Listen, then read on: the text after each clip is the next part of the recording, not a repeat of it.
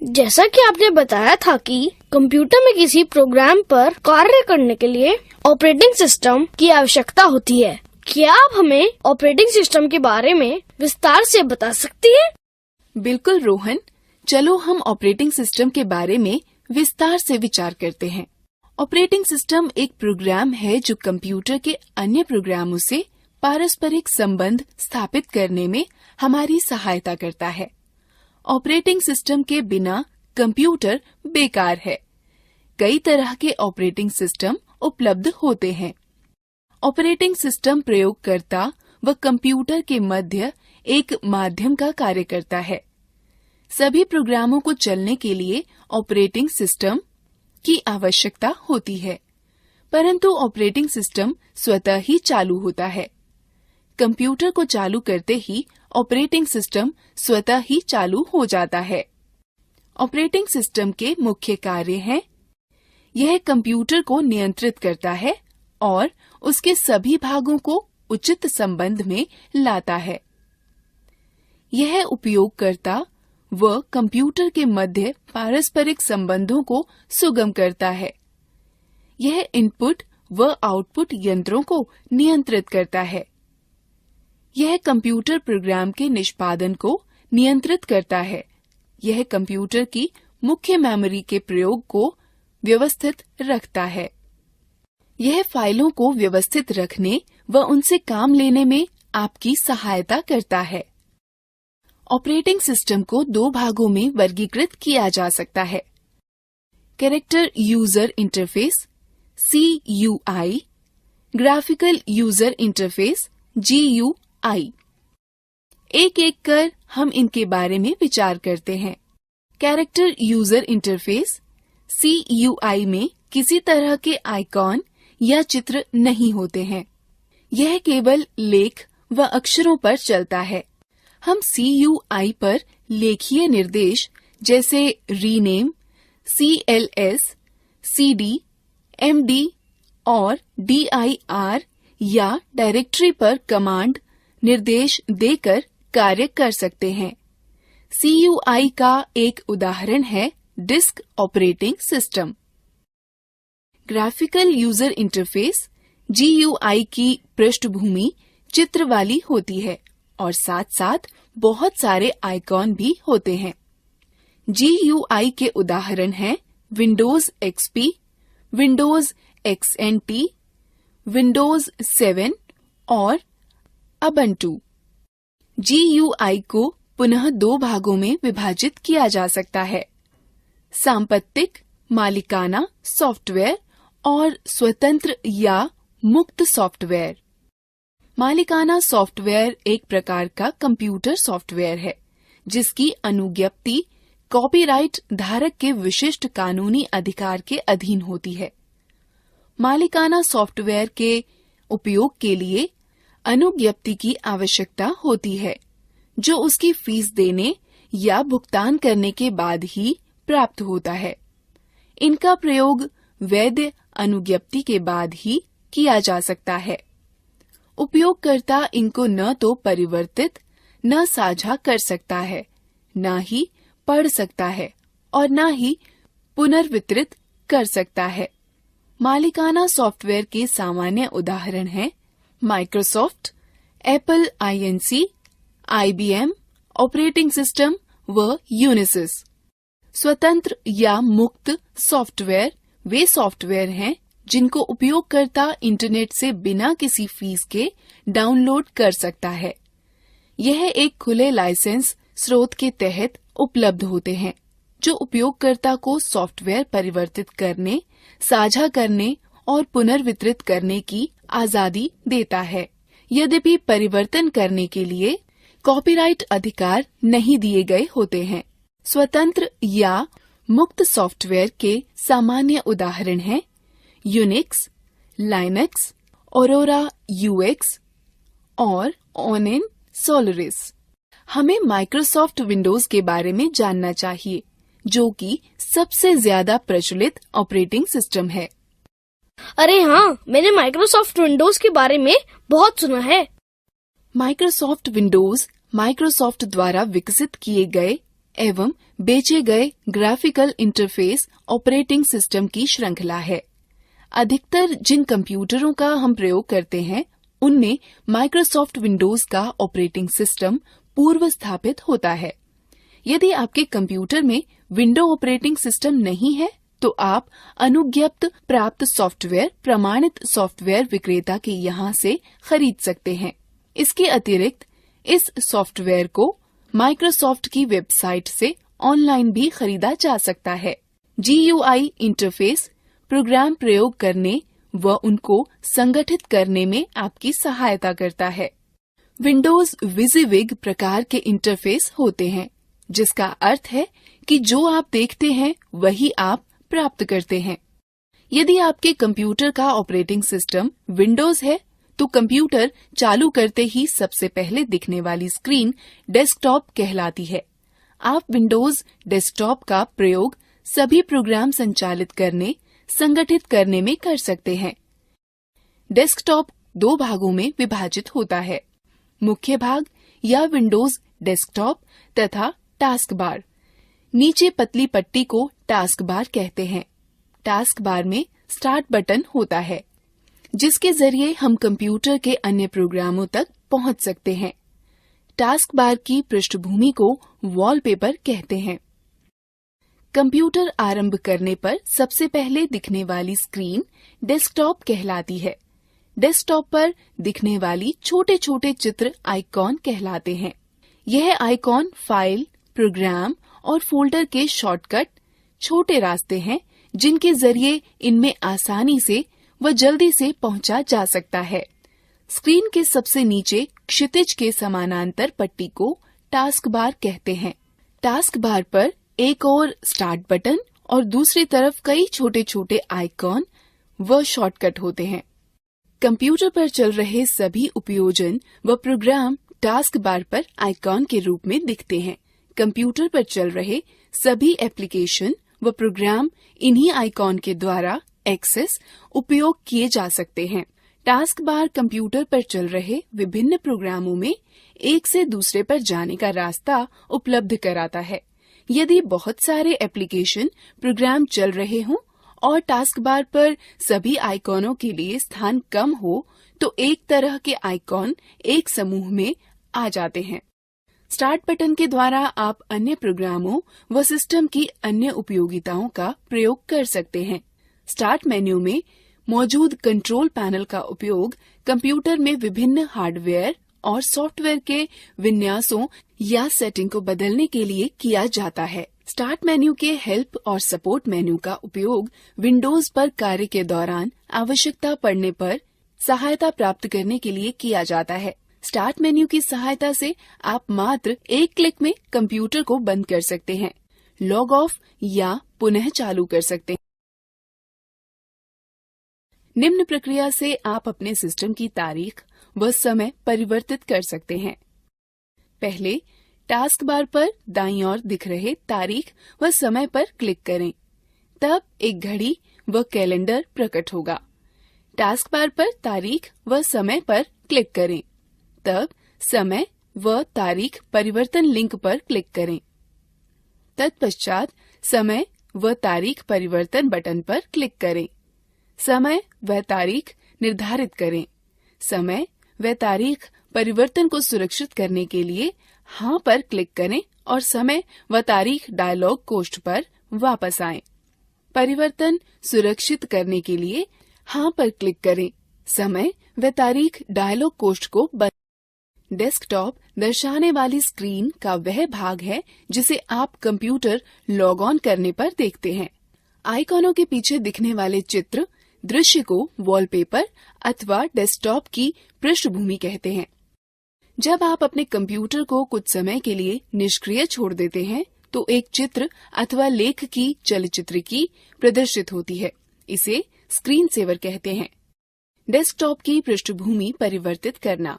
आप अपने कंप्यूटर के वॉलपेपर अथवा डेस्कटॉप की पृष्ठभूमि आइकॉनों को अपनी इच्छा के चित्र और दृश्य से बदल सकते हैं। पहला, डेस्कटॉप के खाली स्थान पर माउस का दायां राइट क्लिक बटन दबाएं। तत्पश्चात सूची के वैयक्तिक विकल्प पर क्लिक करें। तत्पश्चात डेस्कटॉप की पृष्ठभूमि लिंक पर क्लिक करें। तत्पश्चात चित्र का चयन करें और उसे डेस्कटॉप की पृष्ठभूमि की नियत करें। अंत में सेव या सुरक्षित बटन दबाकर परिवर्तनों को सुरक्षित करें। स्क्रीन सेवर नियत करना। यदि आप डेस्कटॉप की स्क्रीन सेवर परिवर्तित करना चाहते हैं तो यह प्रक्रिया अपनाएं। पहला, डेस्कटॉप के खाली स्थान पर उस माउस का दायां राइट क्लिक बटन दबाएं। तत्पश्चात सूची के वैयक्तिक विकल्प पर क्लिक करें। तत्पश्चात डेस्कटॉप की स्क्रीन सेवर लिंक पर क्लिक करें। तब स्क्रीन सेवर का ड्रॉप डाउन मेन्यू पर क्लिक कर सूची से स्क्रीन सेवर चुनें। तत्पश्चात स्क्रीन सेवर चालू करने के लिए वेट कॉम्बो बॉक्स से प्रतीक्षा समय के मिनट निर्धारित करें। तत्पश्चात प्रीव्यू बटन पर क्लिक कर स्क्रीन सेवर देखें। तब निर्धारित बटन पर क्लिक कर स्क्रीन सेवर को निर्धारित करें। अंत में सेव या सुरक्षित बटन दबाकर परिवर्तनों को सुरक्षित करें। अब रोहन, यह याद रखें कि एक कंप्यूटर में ऑपरेटिंग सिस्टम व व्यक्तिगत कार्यक्रमों के लिए उपलब्ध किसी सूचना को फाइल कहते हैं। एक फाइल एक दस्तावेज, चित्र, संगीत या चलचित्र हो सकती है। ढेर सारी फाइलों को एक स्थान पर रखने के लिए आप एक फोल्डर बनाते हैं। आप कंप्यूटर की किसी भी ड्राइव में फाइल या फोल्डर बना सकते हैं। फाइल या फोल्डर बनाने के पश्चात आप उसका नाम बदल सकते हैं, उसकी प्रतिलिपि बना सकते हैं, उसे कहीं और पेस्ट कर सकते हैं और उसे आवश्यकतानुसार मिटा भी सकते हैं। हम किसी ड्राइव में एक नया फोल्डर कैसे बनाते हैं? आसान है, बस निम्न प्रक्रिया अपनाओ। पहले स्टार्ट बटन को दबाकर स्टार्ट मेन्यू को खोलें। तब कंप्यूटर विंडो या विंडोज एक्सप्लोरर प्रदर्शित करने के लिए कंप्यूटर पर क्लिक करें। तब डी ड्राइव में उपलब्ध सामग्री देखने के लिए क्लिक डी ड्राइव पर क्लिक करें। तब नया फोल्डर बनाने के लिए मेन्यू बार में नए फोल्डर पर क्लिक करें। नए फोल्डर को नाम दे सकते हैं और एंटर दबाएं। आप फोल्डर के अंदर भी फोल्डर बना सकते हैं, जिसे सब फोल्डर कहते हैं। एक फोल्डर का चयन करें और उसे खोलें। उसमें खाली स्थान पर राइट क्लिक करें तो पॉप अप मेन्यू प्रकट होगा। उसमें सबसे पहले नया पर क्लिक करें और फिर फोल्डर चुनें। एक फोल्डर सृजित हो जाएगा। फाइल फोल्डर को खोलने के लिए निम्न का अनुसरण करें। पहले स्टार्ट बटन को दबा स्टार्ट मेन्यू को खोलें। तब कंप्यूटर विंडो या विंडोज एक्सप्लोरर प्रदर्शित करने के लिए कंप्यूटर पर क्लिक करें। तब डी ड्राइव में उपलब्ध सामग्री देखने के लिए डी ड्राइव पर क्लिक करें। तब जिस फोल्डर को आप खोलना चाहते हैं उस पर डबल क्लिक करें। उसे फोल्डर के अंदर जिस सब फोल्डर या फाइल को आप खोलना चाहते हैं पर डबल क्लिक करें। फाइल या फोल्डर को कैसे संरक्षित करें या नाम बदलें?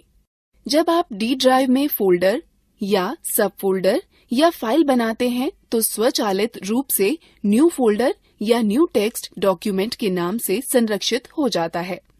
फोल्डर या सब फोल्डर या फाइल का नाम बदलने के लिए उस पर राइट क्लिक करें। नए पॉपअप में नाम परिवर्तित करें, रीनेम चुनें। नया नाम लिखें और एंटर दबाएं। फोल्डर या सब फोल्डर या फाइल का नाम परिवर्तित हो जाएगा। विंडोज ऑपरेटिंग सिस्टम में कुछ सहायक सामग्री होती है जो अत्यंत उपयोगी होती हैं। हम इन उपयोगी सामग्रियों में से कुछ के विषय में सीखते हैं। इन उपयोगी सामग्रियों को देखने के लिए निम्न निर्देशों का पालन करें। पहले स्टार्ट बटन को दबाकर स्टार्ट मेन्यू को खोलें।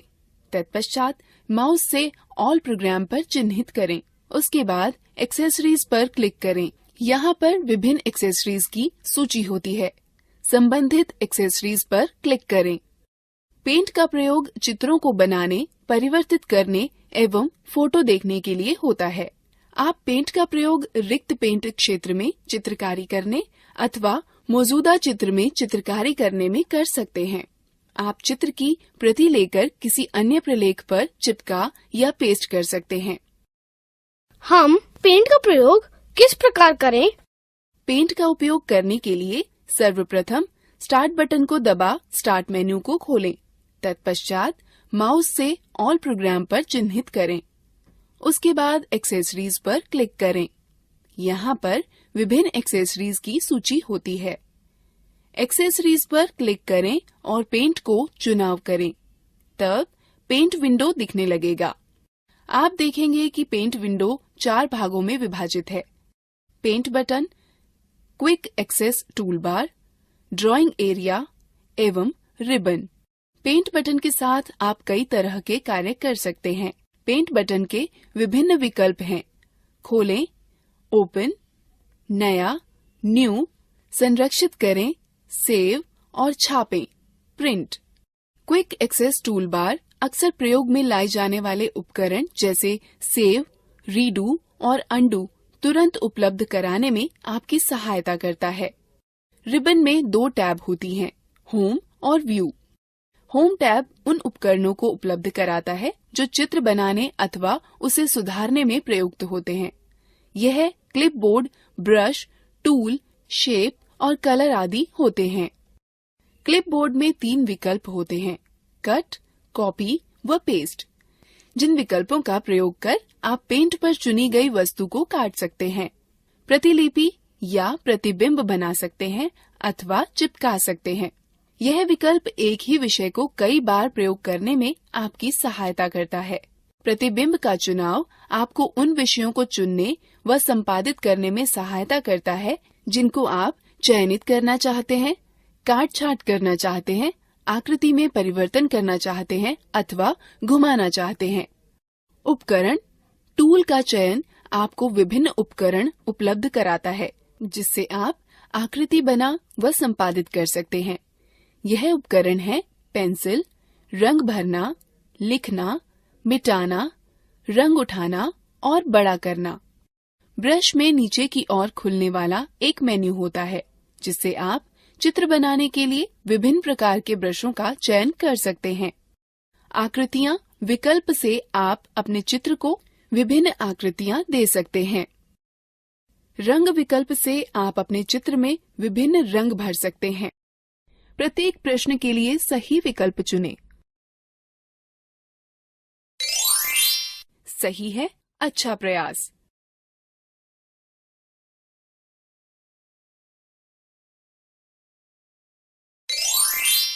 सही है, अच्छा प्रयास।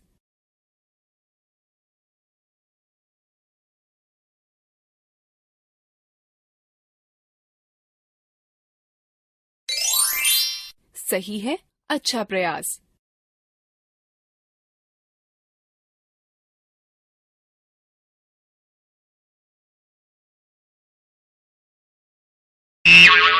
सही नहीं है, कृपया पुनः प्रयास करें। सही है, अच्छा प्रयास। दीदी, तुमने यह भी कहा था कि माइक्रोसॉफ्ट विंडो के विपरीत यहाँ मुफ्त ऑपरेटिंग सिस्टम भी उपलब्ध हैं। क्या तुम इसके बारे में और ज्यादा जानती हो? हाँ रोहन, लाइनक्स एक बहुत प्रसिद्ध मुक्त अथवा खुले स्रोत का ऑपरेटिंग सिस्टम है। यह सॉफ्टवेयर सबके लिए मुफ्त है और इंटरनेट से डाउनलोड भी किया जा सकता है। चलो हम इस पर नजर डालते हैं। लाइनक्स यूनिक्स ऑपरेटिंग सिस्टम एक बहुत ही जाना माना वर्जन है जो लाइनस टोरवाल्ड्स द्वारा विकसित किया गया है। लाइनक्स माइक्रोसॉफ्ट विंडो जैसे दूसरे ऑपरेटिंग सिस्टम की तरह होता है। लाइनक्स की सबसे खास बात यह है कि ये बहुत ही गतिशील है। उपयोगकर्ता इस सॉफ्टवेयर को विकसित करने, संशोधन करने अथवा प्रसारित करने के लिए स्वतंत्र हैं। लाइनक्स को 2 अलग तरीकों से प्राप्त किया जा सकता है, फ्री डाउनलोड अथवा वितरण का उपयोग कर। लाइनक्स दुनिया भर में करोड़ों उपयोगकर्ताओं द्वारा सफलतापूर्वक उपयोग किया जा रहा है। लाइनक्स के सभी आवश्यक भागों को इंटरनेट से बिल्कुल मुफ्त डाउनलोड किया जा सकता है। लाइनक्स उपयोग करने का एक वैकल्पिक रास्ता है जो विभिन्न कंपनियों द्वारा पेश किया जा रहा है और जिसमें विविध प्रकार के एप्लीकेशन व इंस्टॉल करने वाले प्रोग्राम जुड़े हैं जो लाइनक्स के अधिष्ठापन को आसान कर देते हैं। एक बहुत प्रसिद्ध लाइनक्स का वितरणकर्ता होता है जिसे उबुंटू कहते हैं, जो कॉनिकल कंपनी द्वारा वितरित किया जाता है। अब हमें उबुंटू के बारे में सीखना चाहिए। उबुंटू एक स्वतंत्र मुक्त सॉफ्टवेयर प्लेटफॉर्म है जो स्मार्टफोन, टैबलेट और कंप्यूटर के द्वारा हर जगह चलाया जाता है। उबुंटू में एक ग्राफिकल यूजर इंटरफेस या GUI होता है जो इसे विंडो अथवा एंड्रॉयड जैसे दूसरे प्रचलित ऑपरेटिंग की तरह बनाता है। उबुंटू के वर्जन 12.10 डिफॉल्ट डेस्कटॉप वातावरण के रूप में यूनिटी का उपयोग करता है। यूनिटी डेस्कटॉप पृष्ठभूमि और 2 बार रखता है जिसे मेन्यू बार और लॉन्चर कहते हैं। मेन्यू बार डेस्कटॉप के शीर्ष पर स्थित क्षैतिज पट्टी है। लॉन्चर एक खड़ी पट्टी है जो मेन्यू बार के बाईं तरफ होती है। मेन्यू बार में सामान्य कार्य शामिल होते हैं जो उबुंटू 12.10 में उपयोग होते हैं। जो आइकन्स मेन्यू बार के दाहिने तरफ होते हैं उसे संकेतक क्षेत्र कहते हैं। कीबोर्ड सूचक आपके कीबोर्ड लेआउट चुनने और कीबोर्ड प्राथमिकताओं को बदलने की अनुमति देता है। संदेश सूचक में सभी सोशल एप्लीकेशन को शामिल किया जाता है जो तत्काल instant messenger client, email client, micro blogging application और दूसरे समान एप्लीकेशन को सम्मिलित रखता है। नेटवर्क सूचक आपको तारयुक्त अथवा तारमुक्त नेटवर्क को आसानी से जोड़ने और नेटवर्क कनेक्शन को प्रबंधित करने की अनुमति देता है। ध्वनि सूचक ध्वनि की मात्रा के रूप में अच्छी तरह से उपयोग अपने म्यूजिक प्लेयर और ध्वनि सेटिंग्स समायोजित करने के लिए एक आसान तरीका प्रदान करता है। घड़ी सही समय प्रदर्शित करती है और कैलेंडर समय और तारीख सेटिंग्स का उपयोग करने के लिए आसान तरीका उपलब्ध कराता है। यूजर मेन्यू आपको अलग अलग उपयोगकर्ताओं और ऑनलाइन सामग्री और उपयोगकर्ता खातों के बीच परिवर्तन करने की अनुमति देता है। एक सत्र या सेशन सूचक सिस्टम सेटिंग का उपयोग करने, सॉफ्टवेयर अपडेट करने, प्रिंटर डिवाइस को लॉक करने के लिए सेशन विकल्प प्रदान करने, सेशन से लॉग आउट होने, कंप्यूटर को पुनः आरंभ करने या पूरी तरह से बंद करने के लिए आसान तरीका उपलब्ध कराता है। एप्लीकेशन मेन्यू एक प्रणाली है जहां किसी एप्लीकेशन में विभिन्न कार्य जैसे परिवर्तन करने, देखने आदि को निष्पादित किए जा सकते हैं। अन्य GUI वातावरण के विपरीत यूटिलिटी में आवेदन मेन मेन्यू बार के बाईं ओर स्थित है।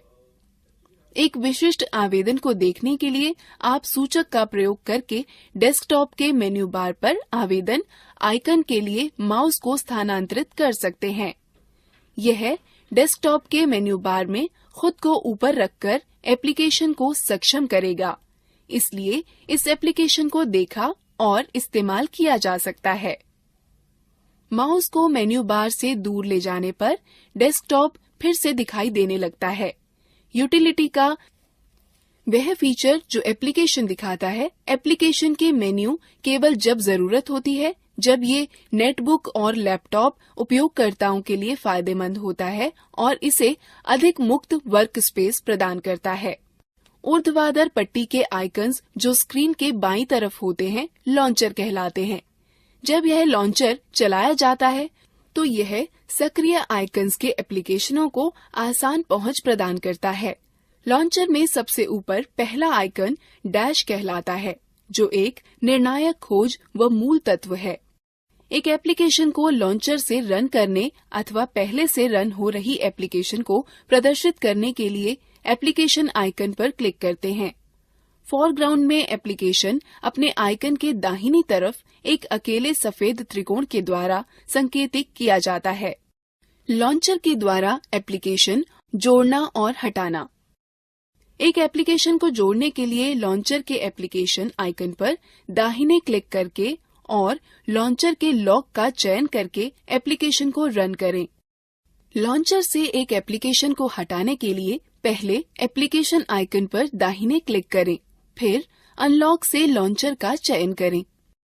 डैश एक औजार है जिसकी मदद से आप कंप्यूटर पर एप्लीकेशन व फाइलों का तेजी से पता लगा सकते हैं व उन तक पहुंच सकते हैं।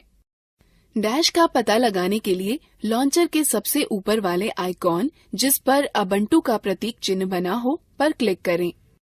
डैश आइकन का चयन करने पर एक और विंडो खुलेगी जिसमें सबसे ऊपर सर्च बार के साथ ही हाल में इस्तेमाल की गई एप्लीकेशन, फाइल और डाउनलोड का संग्रह भी होगा। डैश आपको स्थानीय स्तर व सुदूर की सूचनाएं खोजने की अनुमति देता है। डैश की मुख्य विशेषताएं। डैश की दो मुख्य विशेषताएं हैं, फाइलें व फोल्डर ढूंढना और एप्लीकेशन को ढूंढना। वर्कस्पेस आपको एप्लीकेशन को एक समूह में करने की अनुमति है जो अव्यवस्था को कम करता है और डेस्कटॉप नेविगेशन में सुधार लाता है। मूलभूत रूप से अबंटू में 4 वर्कस्पेस होते हैं। एक वर्कस्पेस से दूसरे वर्कस्पेस पर जाने के लिए लॉन्चर पर वर्कस्पेस स्विचर पर क्लिक करें। यह एप्लीकेशन आपको एक वर्कस्पेस से दूसरे वर्कस्पेस पर जाने की अनुमति देता है। विंडोज को बंद करना, अधिकतम करना, न्यूनतम करना व बहाल करना। न्यूनतम बटन विंडो को वर्तमान में दिखाई पड़ने वाली स्क्रीन से हटाकर उसे लॉन्चर में रखा देता है। अधिकतम बटन एप्लीकेशन को विंडोज की पूरी स्क्रीन पर फैला देता है। विंडोज को बंद करने के लिए विंडो के ऊपर बाएं कोने पर दिए हुए क्रॉस बटन पर क्लिक करें। विंडो को वर्कस्पेस पर इधर उधर ले जाने या हटाने के लिए माउस के पॉइंट को विंडो के टाइटल बार पर ले जाएं और माउस के बाएं बटन से क्लिक करें तथा बाएं बटन को दबाए रखते हुए विंडो को खींचें। विंडो का आकार बदलने के लिए माउस पॉइंटर को विंडो सिरे पर या कोने पर ऐसे रखें कि माउस पॉइंटर 2 तरफा तीर में परिवर्तित हो जाएगा, जिसे रीसाइज आइकॉन कहते हैं। माउस के बाएं बटन से क्लिक करें तथा बाएं बटन को दबाए रखते हुए विंडो को खींचें। कंप्यूटर पर फाइल का पता लगाने के 2 तरीके हैं।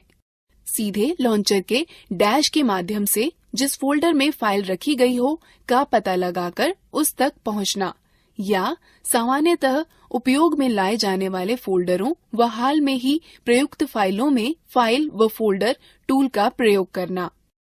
गो मेन्यू सामान्यतः प्रयोग में आने वाली फोल्डरों की सूची होती है।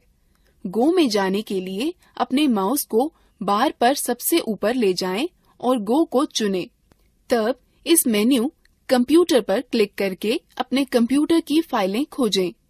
यदि आप होम नेटवर्क स्थापित करते हैं तो आपको साझा की गई फाइल या फोल्डरों के लिए मेन्यू में आइटम मिल जाएगा। होम फोल्डर का प्रयोग व्यक्तिगत फाइलों को संग्रहित करने के लिए किया जाता है। यह उपयोगकर्ता के लॉगिन नाम से मेल खाता है। इसमें बहुत सारे वे फोल्डर होते हैं जो इंस्टॉलेशन के दौरान अपने आप बन जाते हैं। इसमें डेस्कटॉप दस्तावेज, डाउनलोड, म्यूजिक, संगीत, चित्र, पब्लिक, टेम्पलेट्स और वीडियो शामिल हैं। Nautilus file manager. जैसे विंडो के पास फाइल व फोल्डरों को खोजने के लिए विंडो एक्सप्लोरर होता है, उसी प्रकार अबंटू फाइल व फोल्डरों को खोजने के लिए डिफॉल्ट रूप से नॉटिलस फाइल मैनेजर का प्रयोग करता है। दीदी, नॉटिलस फाइल मैनेजर कहाँ है? Nautilus file manager window. Desktop पर एक फोल्डर पर डबल क्लिक करो, नॉटिलस फाइल मैनेजर विंडो खुल जाएगी। डिफॉल्ट विंडो में निम्न विशेषताएं होती हैं: menu bar, title bar, tool bar, बायां पैन व दायां पैन। नॉटिलस नेविगेट करने के निम्न पद हैं। फोल्डरों के बीच नेविगेट करने के लिए नॉटिलस फाइल मैनेजर के बाएं पैन में पुस्तक चिन्हों का प्रयोग करें। वापस जाने के लिए पाथ बार में फोल्डर के नाम पर क्लिक करें। एक दिखने वाले फोल्डर पर डबल क्लिक आपकी उसे नेविगेट करने में सहायता करेगा। नॉटिलस के साथ फाइल को खोलने के लिए उसके आइकन पर डबल क्लिक करें अथवा आइकन पर दायां क्लिक करें और ओपन विथ के विकल्पों में एक को चुनें। नॉटिलस में एक नया फोल्डर बनाने व सेव करने के लिए पहले फाइल पर क्लिक करें और फिर क्रिएट न्यू फोल्डर पर क्लिक करें। उसके बाद बनने वाले डिफॉल्ट फोल्डर का नाम अनटाइटल्ड फोल्डर को इच्छानुसार नाम दें। यह नॉटिलस में सुरक्षित हो जाएगा। फाइल या फोल्डर को कॉपी करने या प्रतिलिपि बनाने के स्टेप्स हैं।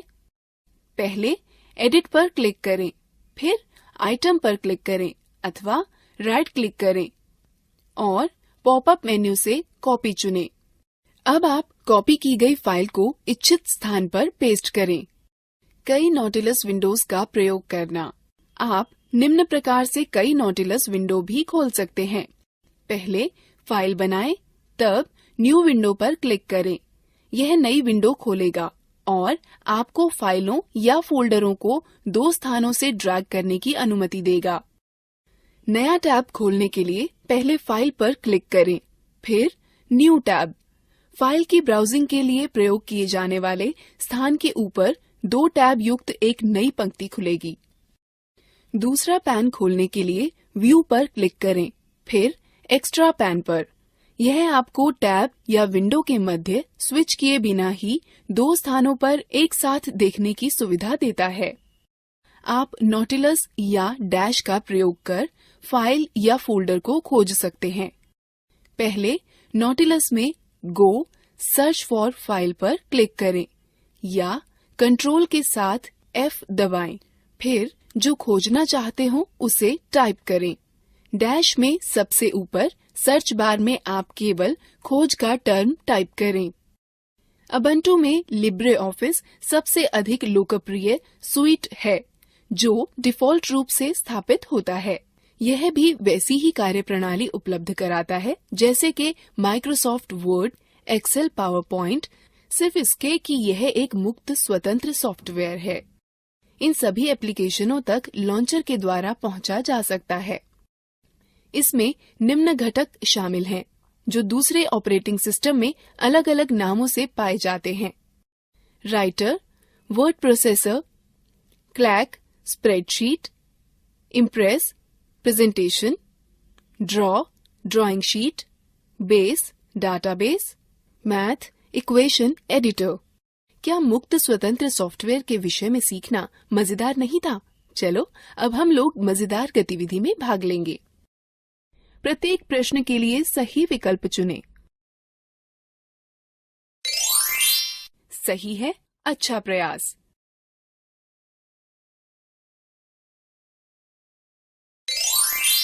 सही है, अच्छा प्रयास।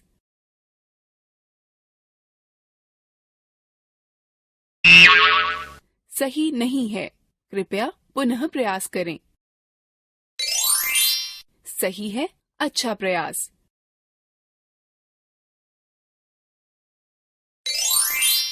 सही है, अच्छा प्रयास। दीदी, क्या मोबाइल फोन व टैबलेट भी कंप्यूटर की तरह ऑपरेटिंग सिस्टम रखते हैं?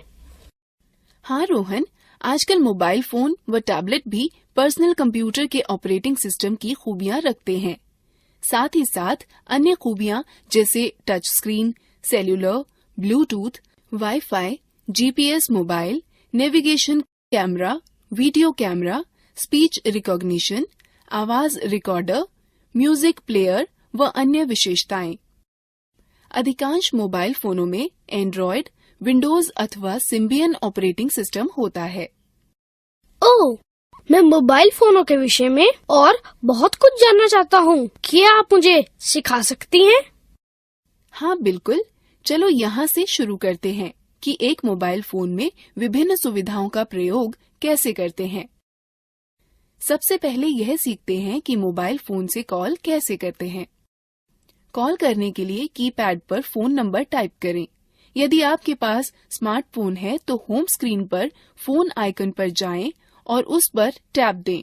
आप स्क्रीन पर नंबर पैड देखेंगे। जिस नंबर पर आप बात करना चाहते हैं उसे टाइप करें। उसके बाद बाईं तरफ हरा बटन अथवा उत्तर बटन दबाएं। स्मार्टफोन होने पर हरे बटन पर टैप दें।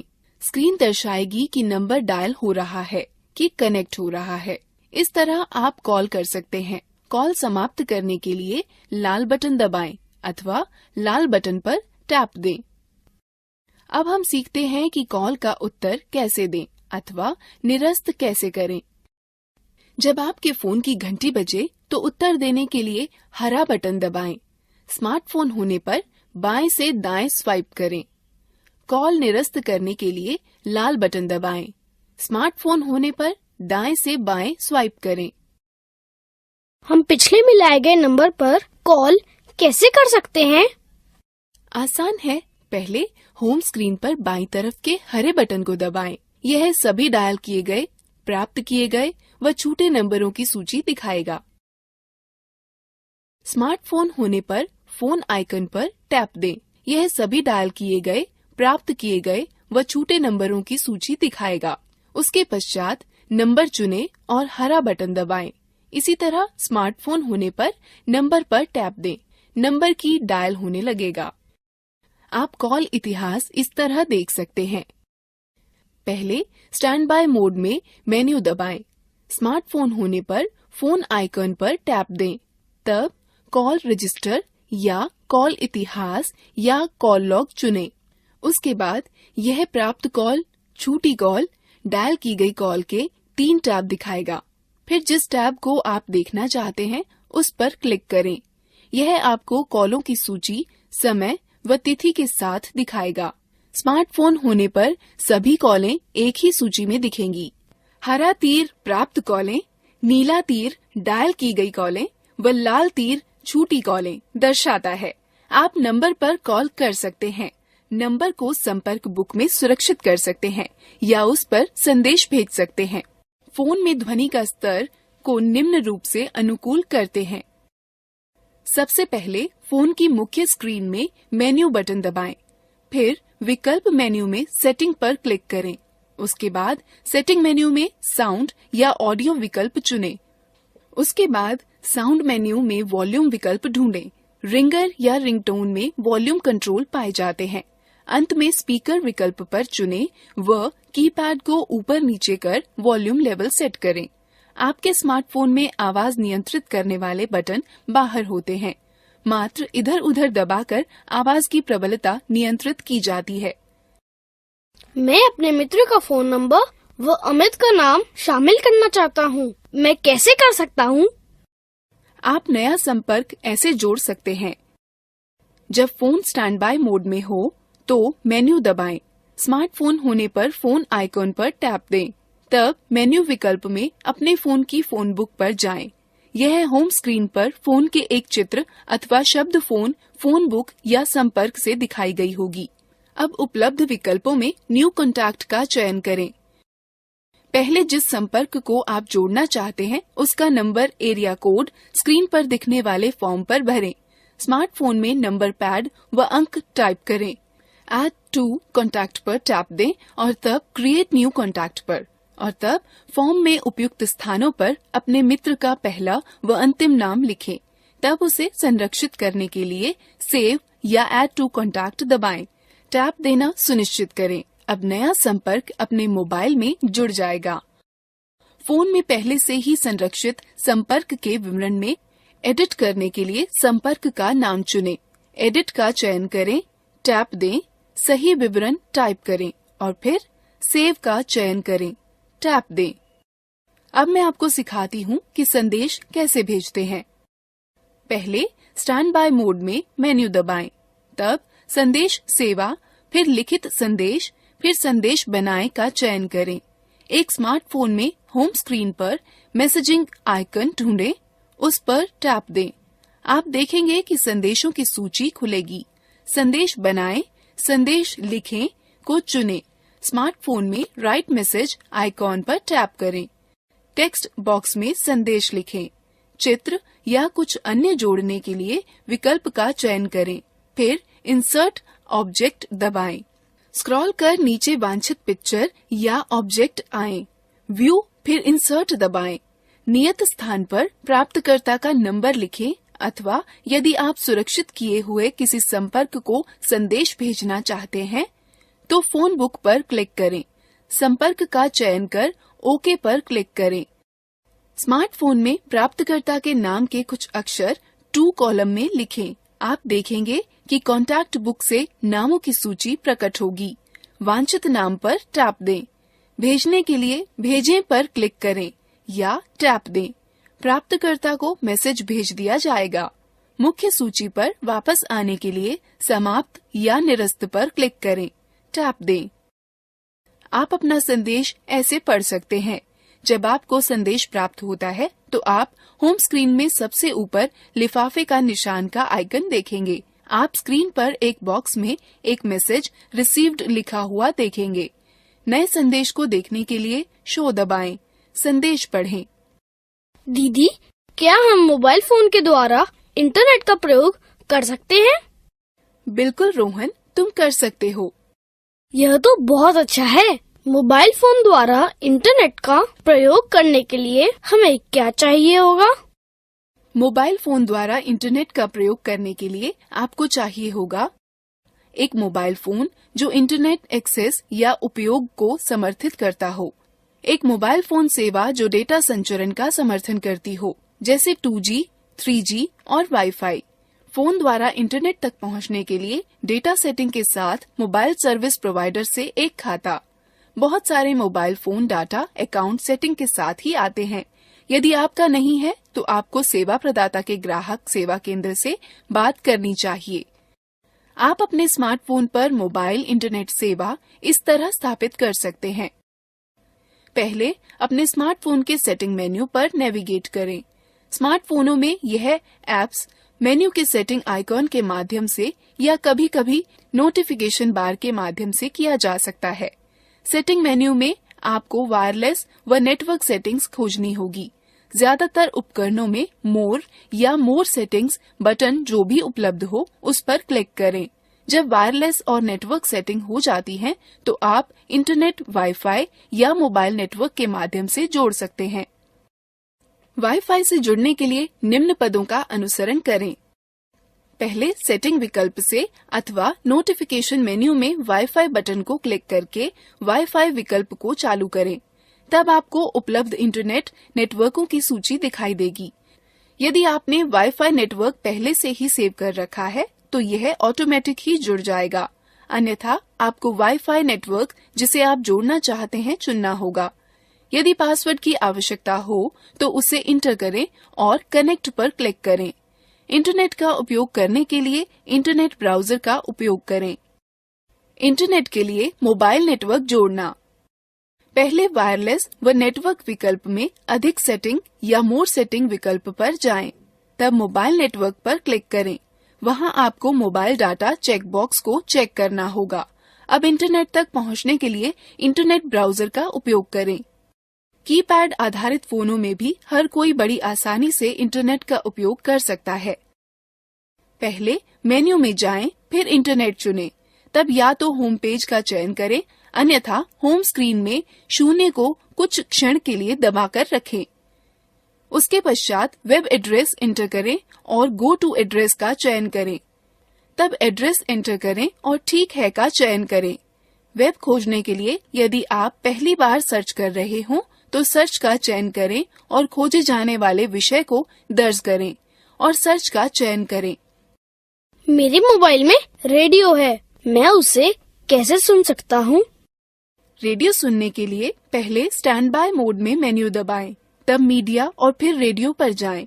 स्मार्टफोन होने पर मेन्यू में रेडियो आइकॉन पर टैप दें, फिर फोन को संगत हेडसेट से जोड़ें।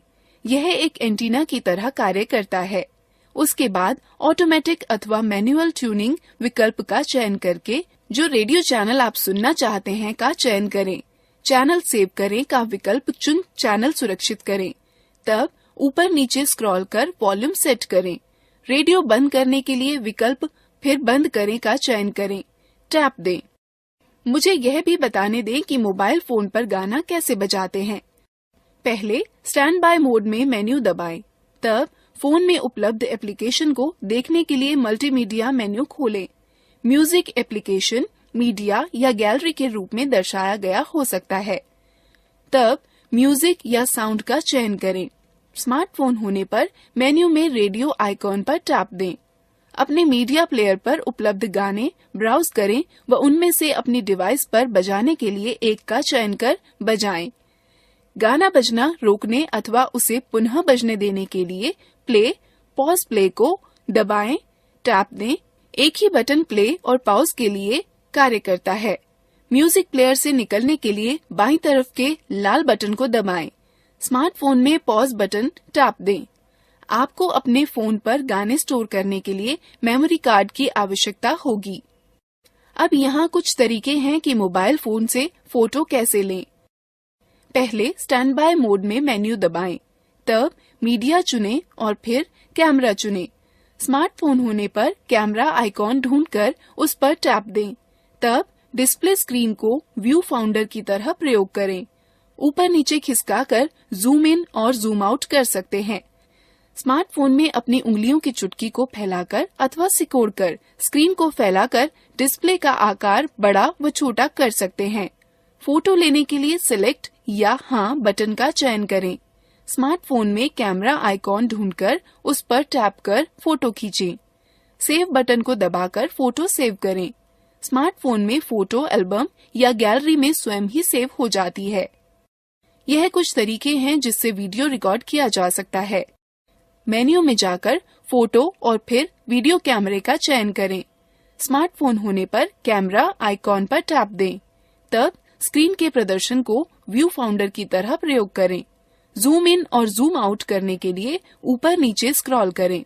स्मार्टफोन में अपनी उंगलियों की चुटकी को फैलाकर अथवा सिकोड़कर से स्क्रीन पर प्रदर्शन क्षेत्र का आकार बदल सकते हैं। रिकॉर्डिंग चालू करने के लिए रिकॉर्ड को चुनें। स्मार्टफोन में होने पर स्क्रीन पर मौजूद छोटे लाल आइकॉन पर टैप दें। रिकॉर्डिंग को रोकने के लिए स्टॉप दबाएं। स्मार्टफोन में होने पर लाल आइकॉन पर फिर से टैप दें।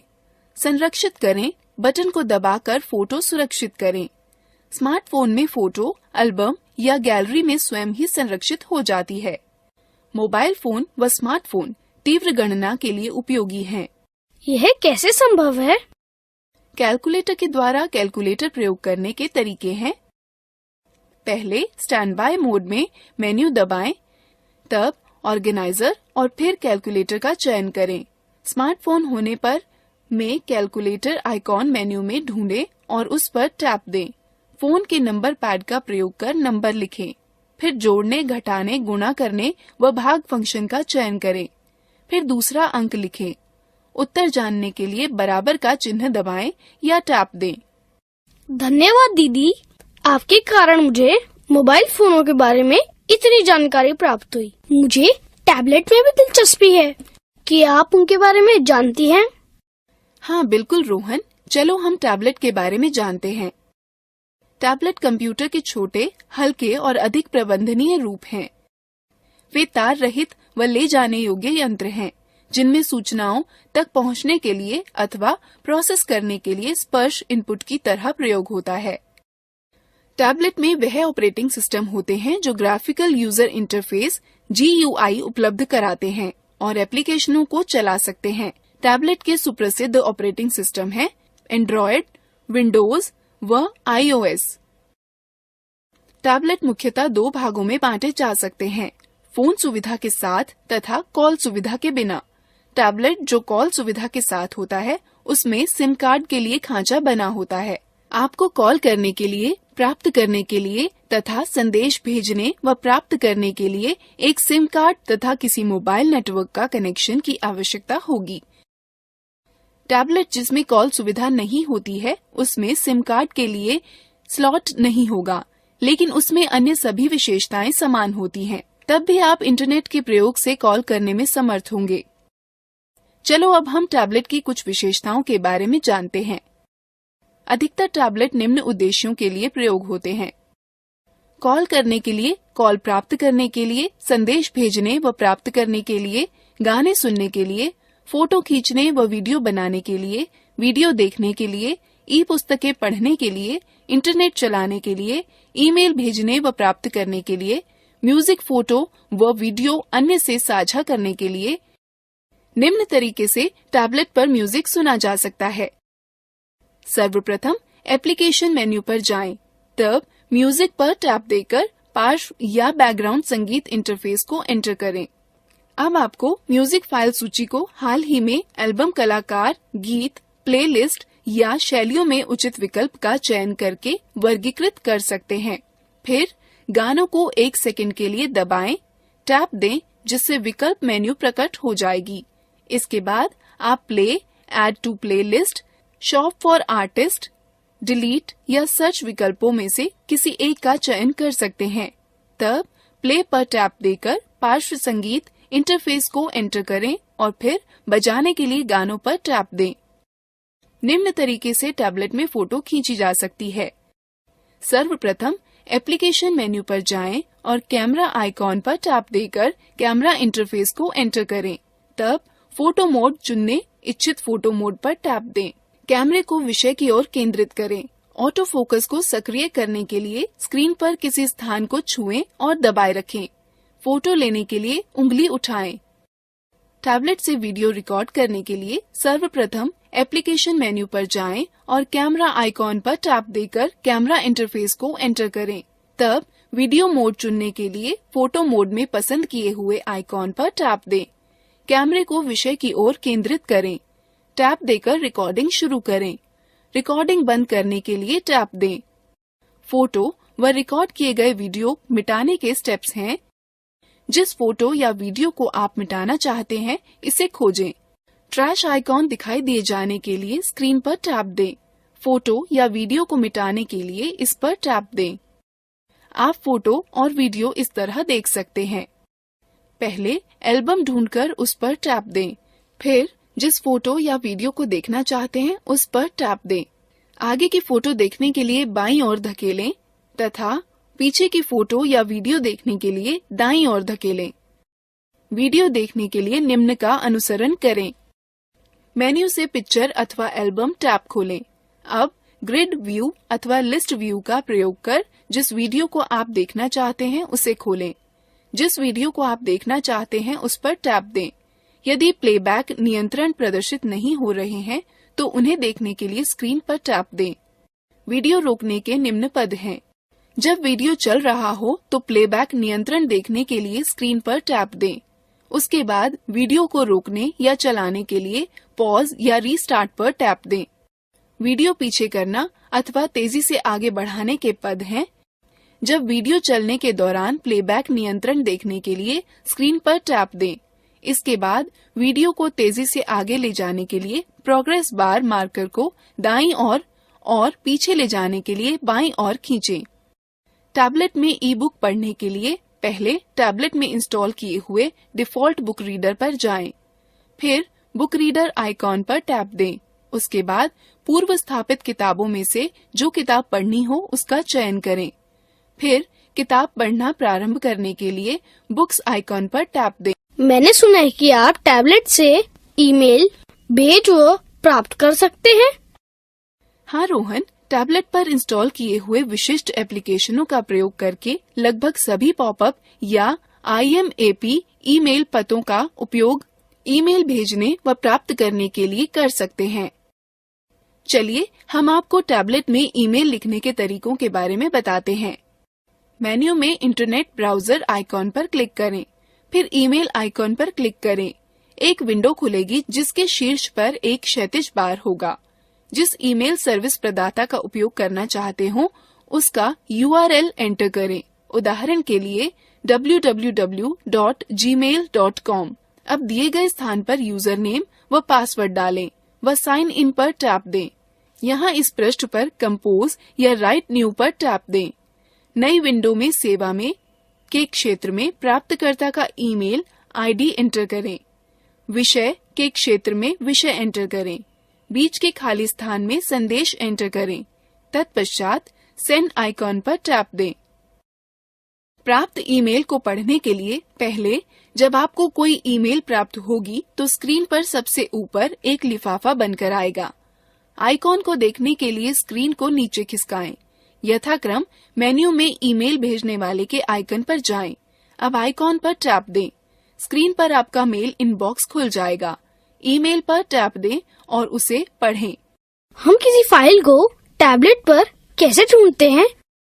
टैबलेट में फाइल या फोल्डर ढूंढने के दो तरीके हैं।